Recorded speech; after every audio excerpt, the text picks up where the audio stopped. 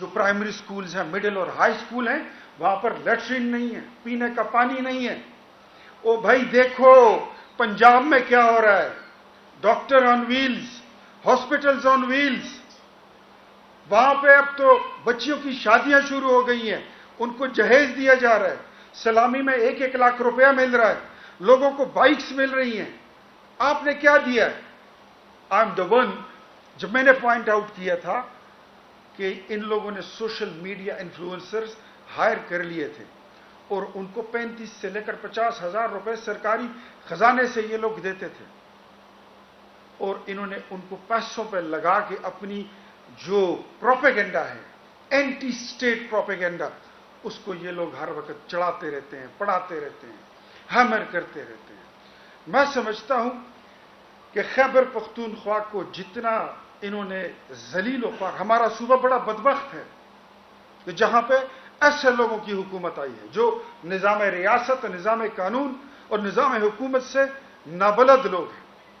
اور یہ بدقسمتی سی، میں تمام جو پاکستانی لوگ مجھے سن رہے ہیں کہ جو 4.25 سال آپ نے سنا دیکھا کہ 1 کروڑ نوکریاں، انقلاب، 50 لاکھ گھر، 2 نہیں 1 پاکستان، مدینے کی ریاست، وہ اس میں سے کوئی بات کمپلیٹ نہیں ہوئی. ایک بات کوئی ایک اٹھتا قدم آپ کو نہیں ملے گا.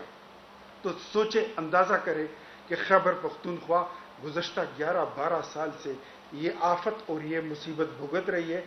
وہاں کے مالی حالات کیا ہوں گے، وہاں کے انتظامی حالات کیا ہوں گے، وہاں پہ لا اینڈ آرڈر کی سچویشن کیا ہوگی، وہاں پہ بے روزگاری کے کیا ہوں گے.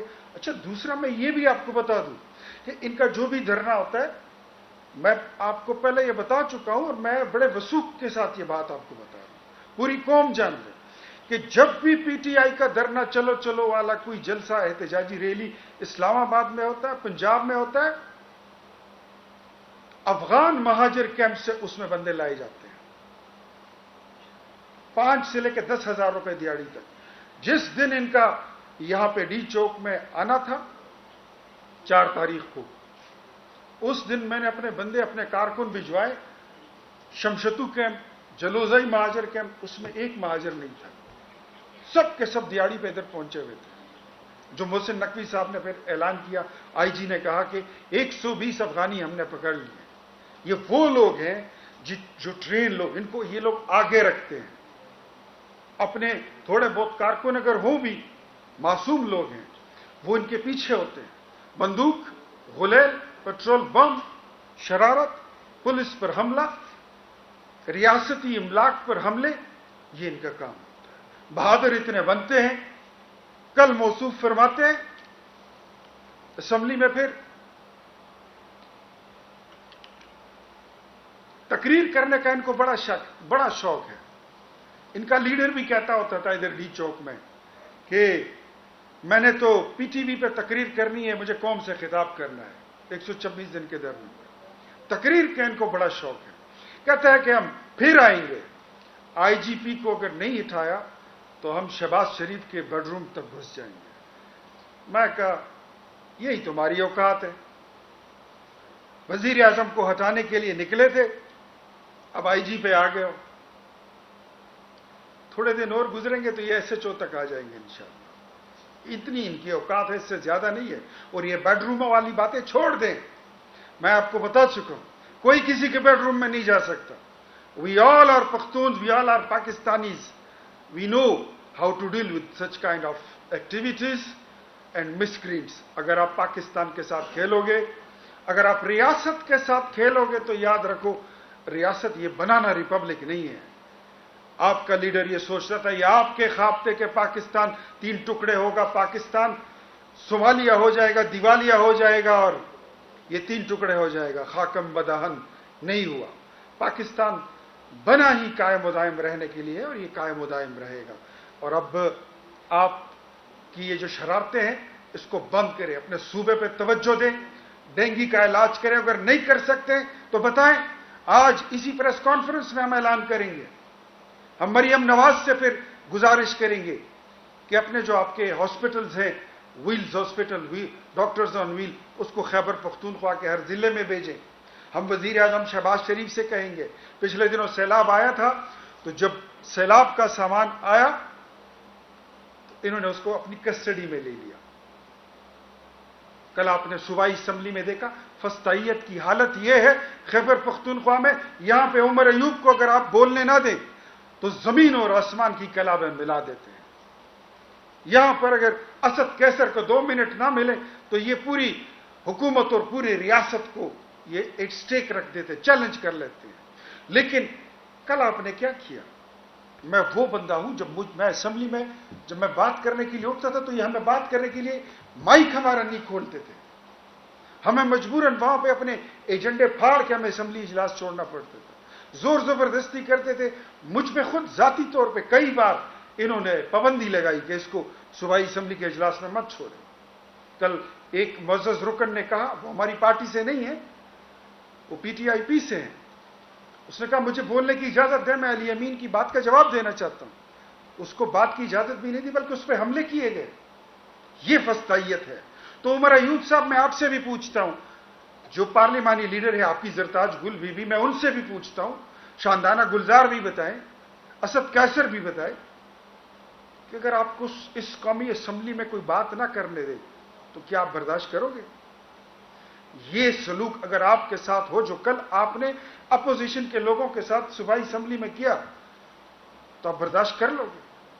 یہاں پہ آپ احتجاج کی بات کرتے ہو، لیکن خیبر پختونخوا میں جب منتخب تحصیل ناظمین آ کر صوبائی اسمبلی کے سامنے دھرنا دیتے ہیں، احتجاج کرتے ہیں، تو آپ ان کے سر پھوڑ کر ان کو واپس بھیجتے ہیں۔ پختونخوا میں تو آپ نے کسی کو اتنی اجازت نہیں دی ہے، اور ایک بیرسٹر سیف کو بٹھایا ہوا ہے جس کی وجہ سے ساری حکومت اور پورا صوبہ ہی انسیف ہوا ہوا ہے۔ وہ کہتا ہے کہ نہیں سب ٹھیک ہے۔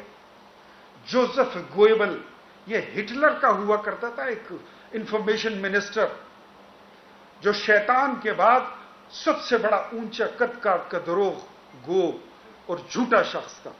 پی ٹی آئی کا ایک ایک ترجمان جو آ کے ٹی وی پہ بات کرتا ہے، میڈیا، سوشل میڈیا پر ایک ایک بندہ یہ ہٹلر کا جوزف گوئبل ہے، اور ان میں جھوٹوں کی روح سما چکی ہے۔ یہ خود کو جیل میں پڑا ہوا قیدی 800 چور، یہ خود کو میزولینی سمجھتا ہے، خود کو چیگویرا سمجھتا ہے، بزدل اتنا ہے کہ فیس نہیں کر سکتا۔ انقلاب لانے والے لوگ سینہ تان کے کھڑے ہوتے ہیں، گولی سینے پہ کھاتے ہیں، وہ بھاگتے نہیں ہیں۔ آپ کے انقلابی عمران خان صاحب اپنے جوتے اور خیبر پختونخوا کی سرکاری گاڑیاں وہ اسلام آباد میں چھوڑ کر گئے ہیں۔ انقلاب کی باتیں ہمارے ساتھ مت کرو۔ میں دوسرے ٹاپک پہ آتا ہوں which is very serious۔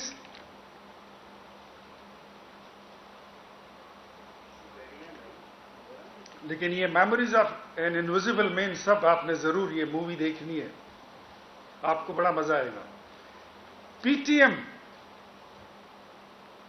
Khyber Pakhtunkhwa میں پختون تحفظ موومنٹ کے نام سے آج سے 7 سال پہلے ایک تنظیم بنی تھی۔ باتیں وہ ایسی کرتے ہیں کہ لوگوں کی نفس پہ ہاتھ رکھتے ہیں۔ پختون جو ہے تو وہ ڈپرائیوڈ ہے، پختون جو ہے تو اس کے حقوق کھائے جا رہے ہیں، مسنگ پرسنز کی بات کرتے ہیں۔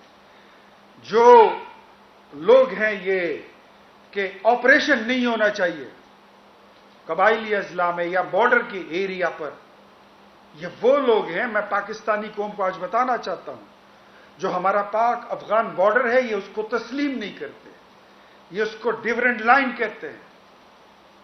لوگوں کی باتوں کو، لوگوں کی نبض پہ ہاتھ رکھ کر دکھی ہوئی جگہ پہ وار کرتے ہیں، اور ان کا جو الٹیمیٹ گول ہے، بات پشتو کی کرتے ہیں کہ جو پشتو بولتا ہے ہم سب اس کے ساتھ ہیں، جو پٹھان ہے یہ ان کی نمائندہ تنظیم ہے۔ No mister Pashteen, it's never like this. وہاں پر خیبر پختونخوا میں ہزارہ میں بھی لوگ ہیں، پشاور میں بھی ہند کو اسپیکر ہے، سرائکی بیلٹ بھی ہے، میں خود پشتون ہوں، میں پشتو اسپیکر ہوں، لیکن آپ صوبے کو لسانی بنیادوں پر تقسیم نہیں کر سکتے، اور پھر آپ اس صوبے کو، آپ کا الٹیمیٹ گول ہم جانتے ہیں۔ میں بتاتا ہوں، لیٹس اسپیک دی ٹروتھ۔ آج قوم کے سامنے واضح الفاظ میں بات کرتے ہیں۔ یہ ادھر ادھر کی چھوٹی موٹی باتیں اٹھا کر ان کا الٹیمیٹ گول جو ہے وہ گریٹر پختونستان ہے. And what is greater Pakhtunistan? کہ صوبہ خیبر پختونخوا کو افغانستان کا حصہ بنا دیا جائے. نیور، کبھی بھی نہیں. میں پھر کہتا ہوں کہ ہم مانتے ہیں ہم پشتون ہیں، آپ بھی پشتون ہیں. واپس آ جائیے. آپ جس ڈگر پہ جا رہے ہیں، آپ کو جن ملکوں سے پیسے مل رہے ہیں، پاکستانی حکومت اور ریاست کے پاس تمام شواہد آ چکے ہیں. ہمیں معلوم ہے کہ کون آپ کو فنڈ کر رہا ہے. انڈیا بھی آپ کو فنڈ کر رہا ہے.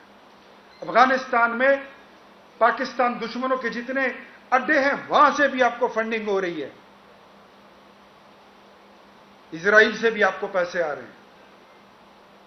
اور پاکستان میں موجود اینٹی اسٹیٹ ایلیمنٹس آپ کو فیڈ کر رہے ہیں کہ آپ پاکستان سے صوبہ خیبر پختونخوا کی علیحدگی کا اعلان کرو. اور بدقسمتی سے مجھے یہاں پہ یہ بڑے دکھ کے ساتھ یہ بات کہنی پڑ رہی ہے کہ پی ٹی آئی در پردہ ان کو سپورٹ کر رہی ہے. پی ٹی ایم کو ان کو پیسہ بھی دے رہی ہے، ان کو فیسیلیٹیٹ بھی کر رہی ہے. ادروائز یہ بات اتنی آگے تک نہیں جاتی. تو میں اگر اگلے 2 دنوں میں یا چند دنوں میں انہوں نے گریٹر پختونستان کا اعلان کیا تو آپ سمجھ جائیں گے کہ جو ان کا ایجنڈا ہے وہ یہی تھا کہ یہ لوگ خدا رسول کا واسطہ ہے. جس ملک میں رہتے ہو اس کے جھنڈے جلاتے ہو. جرمنی میں، اسپین میں، فرانس میں آپ نے پاکستانی، آپ کی تنظیم پی ٹی ایم نے پاکستان کے جھنڈے جلائے اور آپ کہتے ہیں کہ ہم تو وطن کے ساتھ کھڑے ہیں، آئین کے ساتھ کھڑے ہیں، دستور کے ساتھ کھڑے. ہم تمہیں کوئی بچے لگتے ہیں؟ نو. اپنی پوزیشن ٹھیک کریں. میرا بھائی ہے، میں کہتا ہوں اس کو واپس آؤ، مڑ کے آ جاؤ. پاکستان ہی ہماری منزل ہے، یہی پہ ہمارا جینا ہے، یہی پہ ہمارا مرنا ہے.